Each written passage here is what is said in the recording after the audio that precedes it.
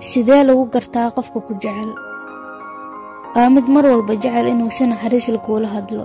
Tusaale, isagoo si naxariis leh kuula hadlaya, haddii aad hadal si kaftan u diraahdo, durbadii wajigiisa wuu isbedelayaa, isagoona wax jawaab ah ku siin karin. Waa mid mar walba jecel inuu ku maqlo.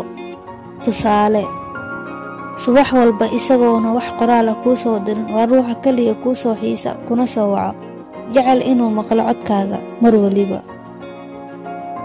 Waa mid mar walba kaaga sheekeeya rajada uu kaa leeyahay.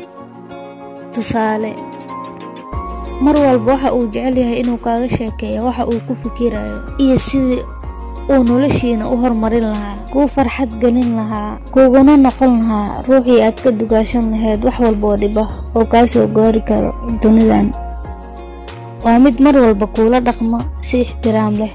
Tusaale, xitaa haddii aad ku xanaaqdo, waa mid si deganaan wax kuugu sharxa, mar walbana ku dadaalo wadajirkiina, jecelna inaad tallaabo walba wada qaadaan si wadajir ah, jecelna mar walba inuu ka awood badnaado jaceylkiina, waxyaabaha yaryarka ee khilaafka dhalin kara, noloshiinana wax u dhimi kara.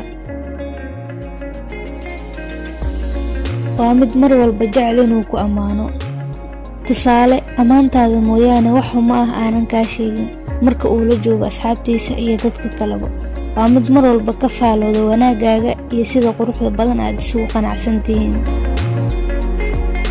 Waa mid mar walba kaa ilaaliya dembiga.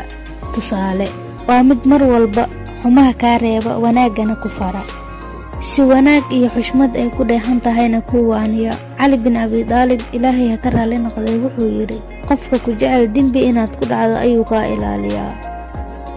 Haddii aad aragto ruux intaas iyo in ka badanba kuu samaynaya, ogow inuu ku jecel yahay, ee mar walba ku dadaal inaad ilaashato oo aadan iska sii daynin.